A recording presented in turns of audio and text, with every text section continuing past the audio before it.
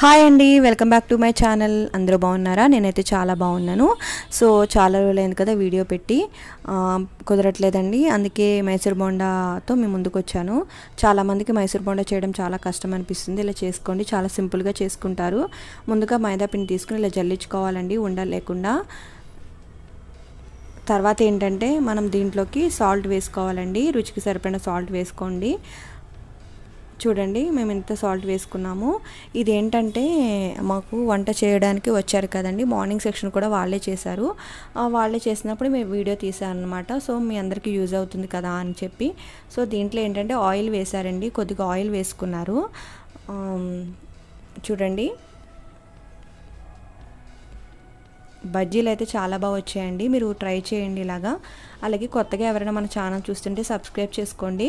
అలాగే వీడియోని కూడా లైక్ చేయండి. ఈ వీడియోని లైక్ చేయడం వల్ల ఈ వీడియో అనేది అనేక మందికి రీచ్ అవుతుంది అనమాట. పిండి అంతా కలుపుకున్న తర్వాత దీంట్లో పెరుగు అలాగే నీళ్లు వేసుకుని కలుపుకుంటున్నారండి. సో పిండి అంతా బజ్జీలు పిండిలాగా వచ్చేంత వరకు కలుపుకోవాలి. చూడండి, ఇలా అయిపోయిన తర్వాత ఇలా బీట్ చేసుకోవాలన్నమాట. ఇలా బీట్ చేసుకోవడం వల్ల ఏంటంటే బజ్జీలు బాగా వస్తాయండి. సో మీరు కూడా బజ్జీ పిండి కలిపినప్పుడు ఇలా బీట్ చేసుకోండి, చాలా బాగుంటుంది. బజ్జీ అనేవి బాగా వస్తాయి అన్నమాట. సో చూడండి, ఇవి మార్నింగ్ 4 o'clockకి పిండి కలిపారనమాట. తర్వాత ఏంటంటే ఇది టిఫిన్ సెక్షన్ వేసినప్పుడు టిఫిన్ వేసారండి. ఫస్ట్ ఏంటంటే ఇప్పుడు గుళ్ళు ఉన్నాయి కదా, వేరుశనగ గుళ్ళు, అలాగే జీలకర్ర వేయించి తీసుకున్నారండి. తర్వాత ఏంటంటే ఆయిల్ పెట్టుకుంటున్నారు వేయించుకోవడానికి. జీలకర్ర అలాగే గుళ్ళు వేసుకున్నారు కదా, దీంట్లో సోడా వేస్తున్నారు. ఇదేంటంటే వేసే ముందు వేస్తున్నారు, సోడా ముందు వేయలేదు.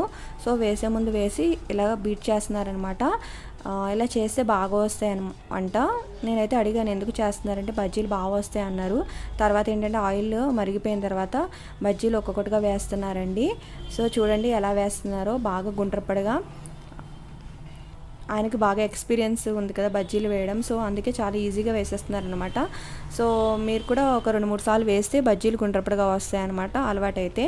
ఫస్ట్ ఏంటంటే వీళ్ళు నూనె వేగిన తర్వాత బజ్జీలు వేసుకున్నారు కదండి. ఫస్ట్ వాయి ఏంటంటే తీసేసి మళ్ళీ సెకండ్ టైం వేసుకున్నారు. బజ్జీలు తీసేసి మళ్ళీ సెకండ్ టైం వేసుకున్నారనమాట, కొంచెం వేగిన తర్వాత తీసేసి. సో మీరు కూడా అలా ట్రై చేయండి, ఎందుకంటే ఫస్ట్ వేసి అలా వేగేదాకా ఉంచుకోవచ్చు, లోపలంట ఉడకదంట. అందుకనే వేసేసి మళ్ళీ ఏం చేస్తున్నారంటే నూనెలో అవి మళ్ళీ వేశారనమాట వీటితో పాటు. సో బజ్జీలు అనేవి రెడీ అయిపోయాయండి. ఇలా చూడండి, మనం 2 సైడ్లు బజ్జీలు వేగాలి కాబట్టి ఇలా తిప్పుకోవాలి.